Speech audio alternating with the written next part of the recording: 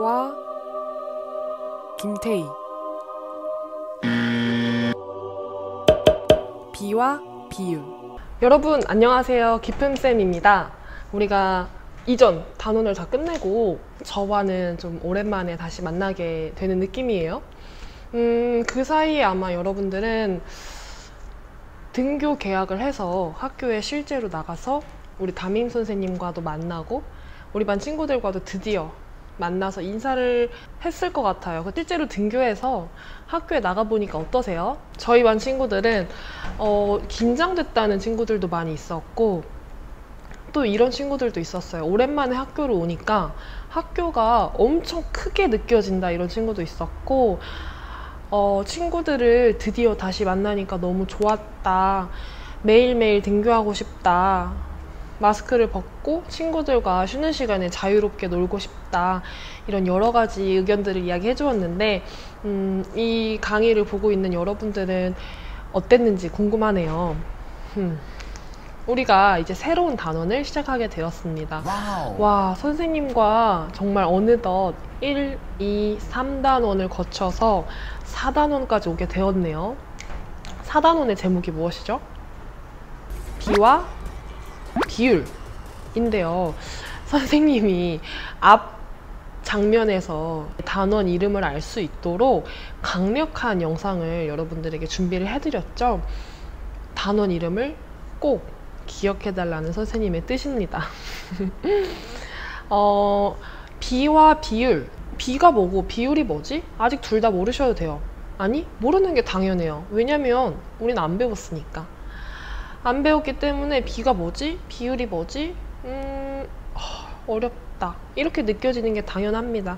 그렇기 때문에 지금부터 선생님과 편안하게 따라오시면서 공부해 나간다면 또 4단원이 마칠 때쯤에는 비 그리고 비율이라는 단어가 좀 편하게 쉽게 느껴지실 거예요. 사실 우리가 비와 비율은 공부하지 않아도 여러분들 모두가 알고 있는 겁니다. 알고 있고 심지어는 일상생활에서 굉장히 많이 사용하고 있어요. 이게 비와 비율인지는 모르지만 여러분들은 아마 유치원생 때부터 비와 비율을 사용했을 거예요. 이런 말 해보셨죠? 나 작년보다 키가 2cm 자랐네? 나 너보다 사탕 2개 더 받았어. 우리나라보다 미국이 똑같은 필통인데 가격이 더 비싸네? 미국보다 우리나라가 이 필통이 더 싸네? 이런 표현 여러분들 살면서 굉장히 많이 사용하셨을 텐데 지금 선생님이 했던 이 표현들을 한 단어로 뭐라고 부르죠? 이런 표현을 우리는 비교라고 부릅니다. 이 비교가 수학에서는 어떻게 나타나고 있을지 지금부터 공부해 보겠습니다. 오늘은 우리가 비교를 하기 위해서 딱 2가지 방법을 사용할 거예요. 2가지 방법인데 첫 번째는 뺄셈, 두 번째는 나눗셈입니다. 이 2가지 방법 외에는 오늘 다른 방법을 사용하지 않아요. 그래서 여러분들 머릿속에는 뺄셈, 나는 오늘 뺄셈을 할 거야. 나는 오늘 나눗셈을 할 거야. 이 2가지만 생각하고 가시면 됩니다. 그러면 오늘 문제를 해결하기가 굉장히 쉬울 거예요. 또 반가울 거예요. 내가 뺄셈, 나눗셈을 써야지 마음 먹고 교과서를 열었는데 진짜 뺄셈을 사용하게 된다면, 진짜 나눗셈을 사용하게 된다면 너무 반갑겠죠. 첫 번째 시간. 자, 여기 주제가 나와 있네요. 정말 간단하다. 두 수를 비교해 볼까요? 딱 9글자. 오늘 이 9글자를 머릿속에 넣고 시작한다? 그러면 그 친구는 완전 굿.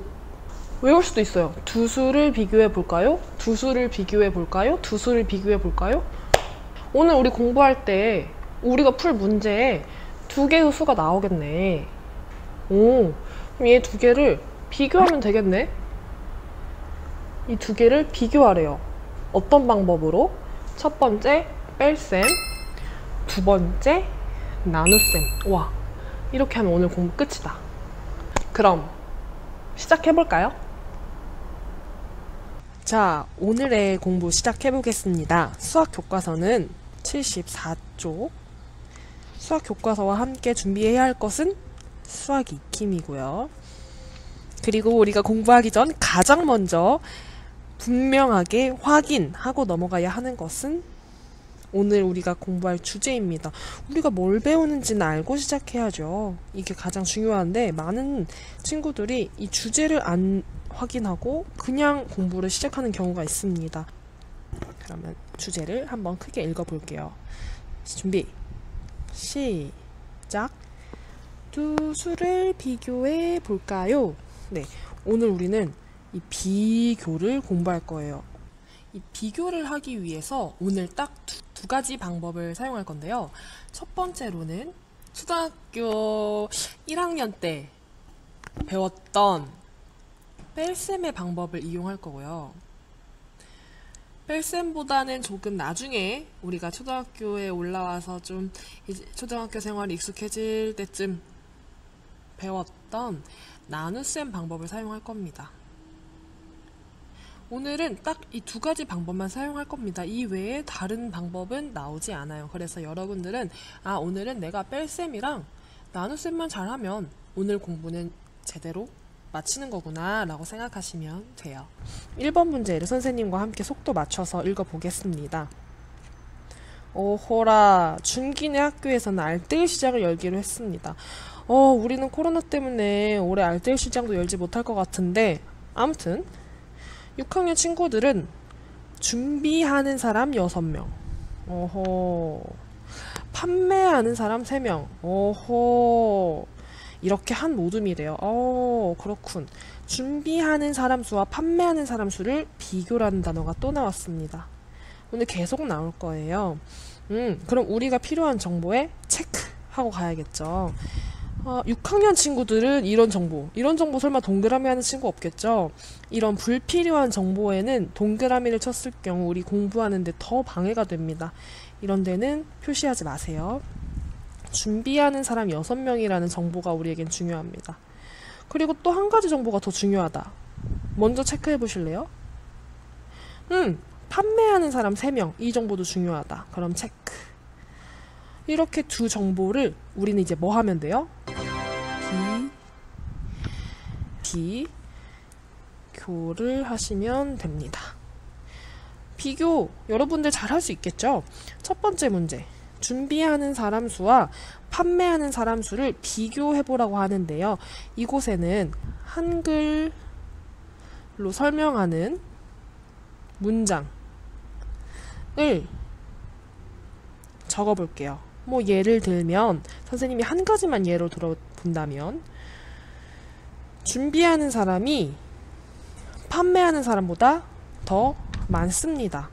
이런 식의 문장을 여러분들은 적어도 2가지 이상으로 표현해 보겠습니다. 그러면 영상 정지할게요. 선생님은 이렇게 표현을 해볼 것 같아요.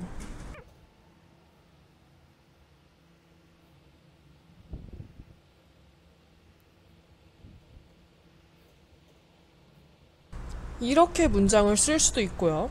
지금 이 컴퓨터의 상태가 조금 좋지 않은지 글씨들이 굉장히 흐물흐물 꼬불꼬불한 느낌인데 보시는데 어려움은 없을 것 같아요.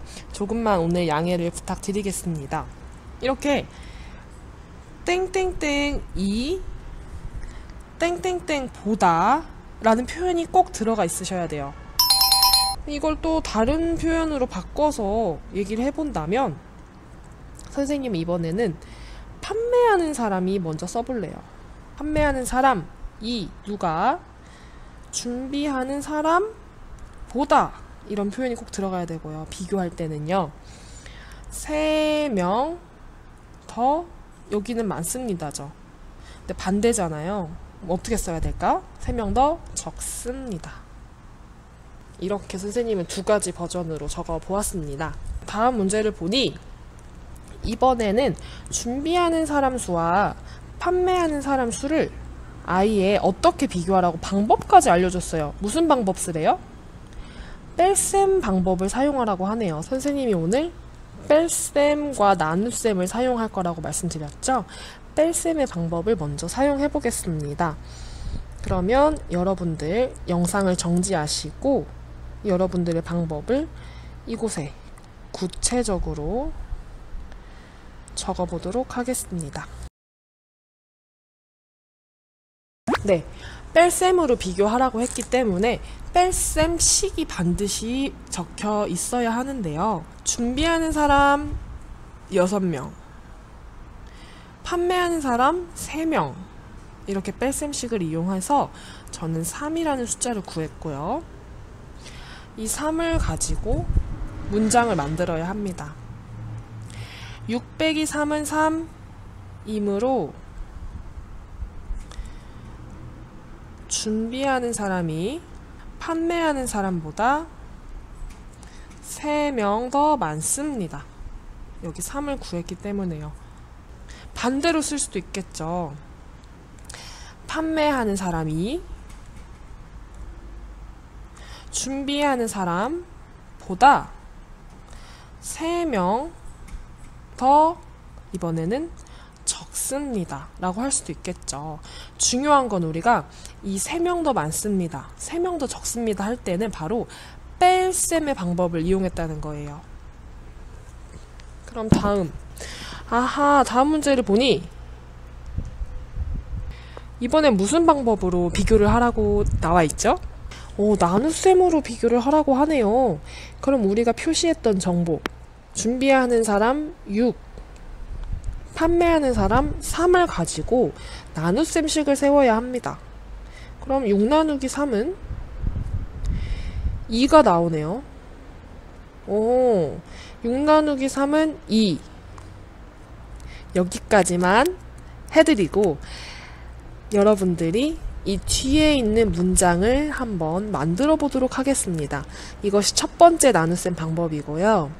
두 번째 나눗셈 방법도 있습니다. 우리가 꼭 6 나누기 3으로만 해야 될까요?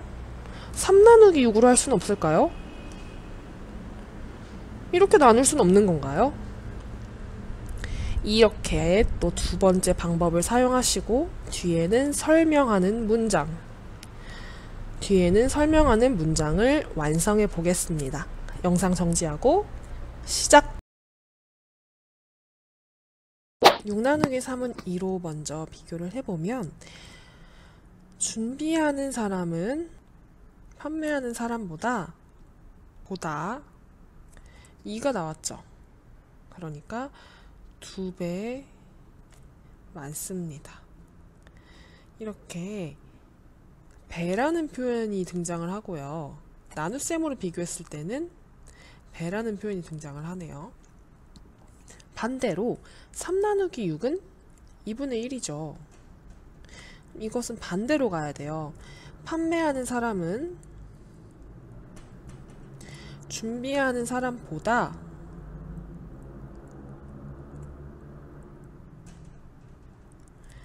2분의 1배 배가 나왔고요. 적습니다. 이렇게 비교를 표현할 수 있습니다. 교과서 75쪽입니다. 우리가 방금 뺄셈의 방법을 사용했는데 이번에는 뺄셈일지 나눗셈일지 한번 잘 살펴봅시다. 2번 모둠수에 따른 준비하는 사람 수 그리고 판매하는 사람 수를 이번에는 표로 비교를 할 건가 봐요. 표가 등장해 있습니다.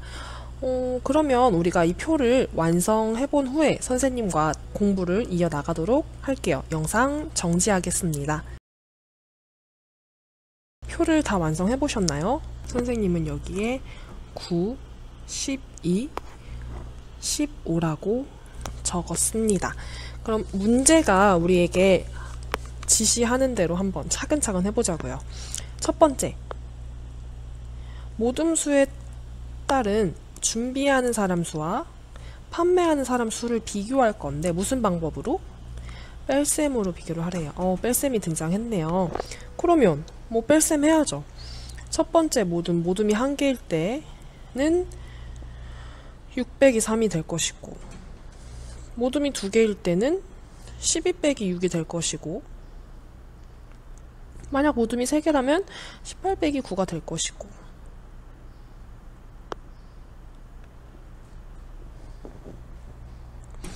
이렇게 뺄셈을 쭉쭉 이어나가다 보면 이런 식들도 여러분들 적혀 있어야 하고요. 모둠수에 따라 준비하는 사람의 수는 판매하는 사람의 수보다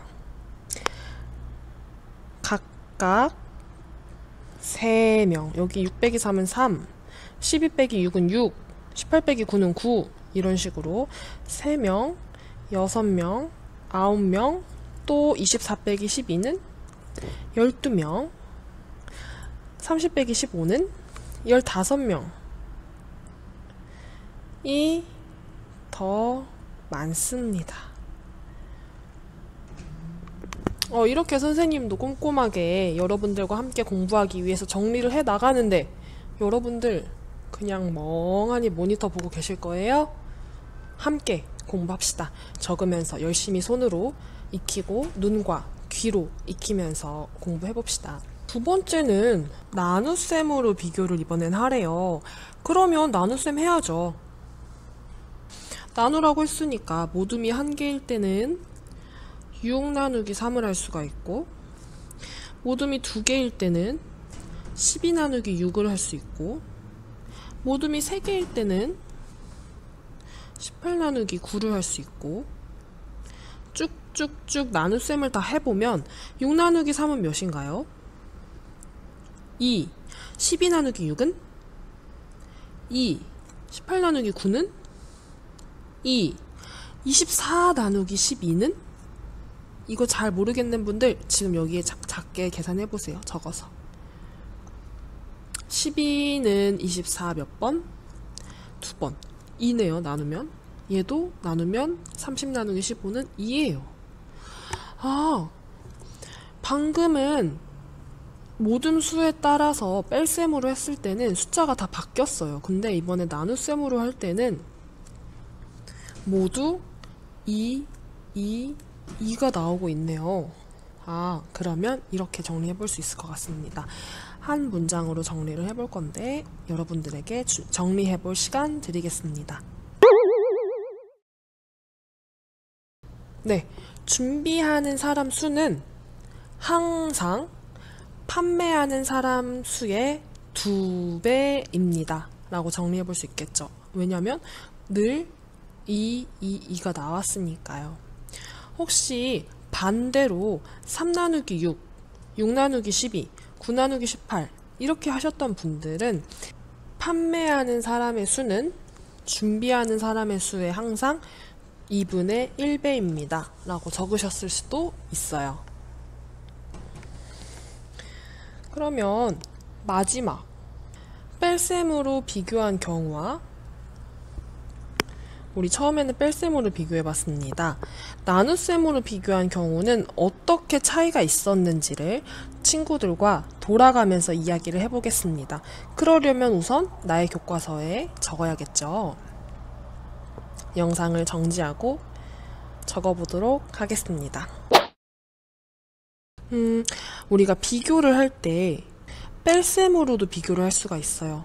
사실 일상생활에서 우리가 어렸을 때부터 많이 쓴 방법은 아마 이 뺄셈의 방법이었을 거예요. 쉬우니까. 그리고 나눗셈의 방법으로 비교를 해보았는데 둘의 차이가 있었어요. 어떤 차이가 있었냐면 모둠이 한 개의 모둠이 있을 때는 준비하는 사람의 수와 판매하는 사람의 수가 3명 차이 났습니다. 그런데 모둠이 2개가 있을 때는 준비하는 사람과 판매하는 사람의 숫자 차이가 몇이 났어요? 6이 났어요. 모둠이 만약 3개로 늘어난다면 차이는 그만큼 또 더 생기겠죠. 4개로 늘어난다면 또 더 생기겠죠. 이렇게 뺄셈으로 비교를 했을 때는 준비하는 사람과 판매하는 사람 수의 관계가 변합니다. 3, 6, 9, 12 이렇게 차이에 변화가 생기게 되죠. 이 차이의 변화가 생긴다는 말은 다른 말로 관계의 변화가 생긴다는 말이에요. 그런데 나눗셈으로 비교를 한다면 모둠이 한 개 있었을 때는 준비하는 사람과 판매하는 사람을 나눠 보았더니 2가 나왔어요. 모둠이 2개 있었을 때는 준비하는 사람과 판매하는 사람을 똑같이 나누었을 때 또 2가 나왔어요. 모둠이 3개로 늘어나도 2가 나와요. 모둠이 4개로 늘어나도 2가 나와요. 언제나 결과가 2로 같다는 뜻입니다. 이런 경우에는